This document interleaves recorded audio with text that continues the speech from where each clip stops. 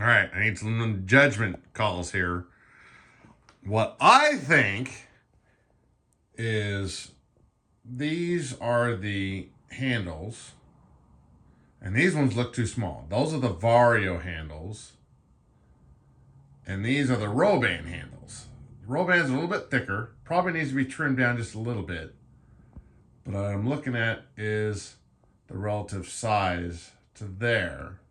And here is the best shot I've got for sideways. It's not even directly on sideways for the handles, but that's what, you know, I'm thinking that the Roban ones are a little bit bigger and I can shape them a little bit, square them off on the ends and have that nice little round end on there and flat top. But that's what I'm dealing with. I think those are just a hair long, but that one's way too freaking small. Just too, there's no girth to it. That's what I'm dealing with. More work. And you can see I already moved it up from the bottom, from right there up to there. And I'm moving hinges and shit. Getting that to work. Yeah. Okay, so I tore everything out of it.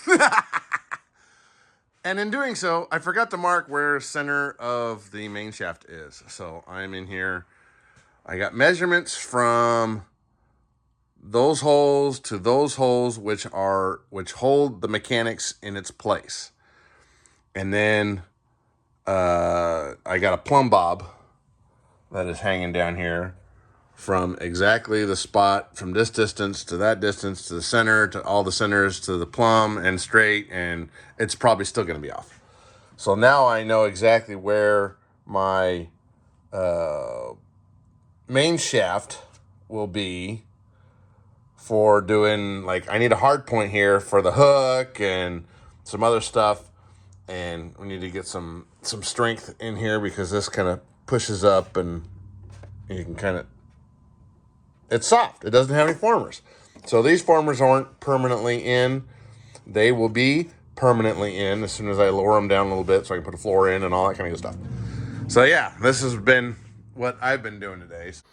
All right, so what I'm doing is I am mixing up some 30-minute epoxy with some microballoons, and these are old microballoons, but I'm just mixing it. It's not a super thick like what they recommend in here, but it's just something that I'm doing so that I can I don't have any high sol.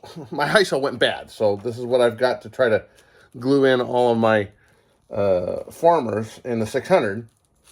So I'm mixing this up, and I've got the woodwork tacked in with CA, but there's enough room in there that I can shove this in between and get it all in. So this is what I'm doing. I've got hard points for the center of the mass for the hook. And then I've got another one over here just to stiffen up the bottom when I lift it from the bottom. So now I'm going to go through and I'm going to put a fillet around this whole piece.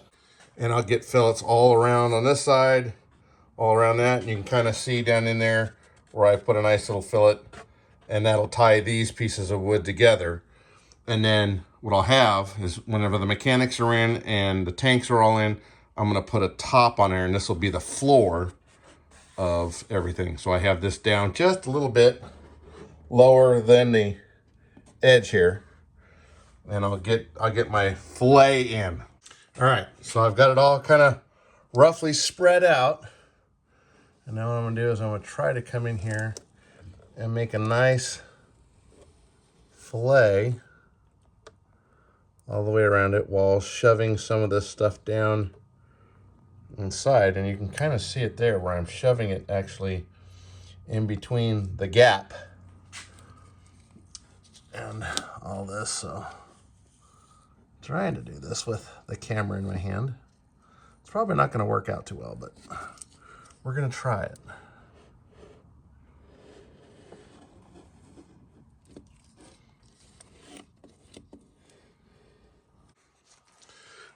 it on this side.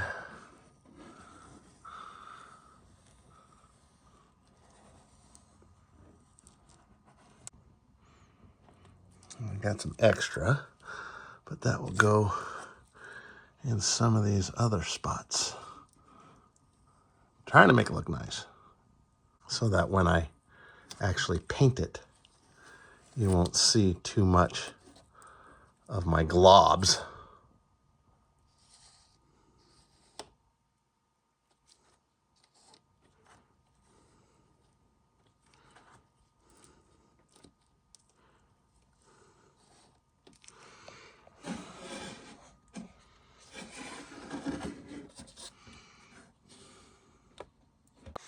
All right, then I have my special checker, and I've got this place marked so that I can check and make sure that my center line is where I need it to be. So there's a little tiny mark right there, and I can check and make sure that I am on the money, which looks like I am.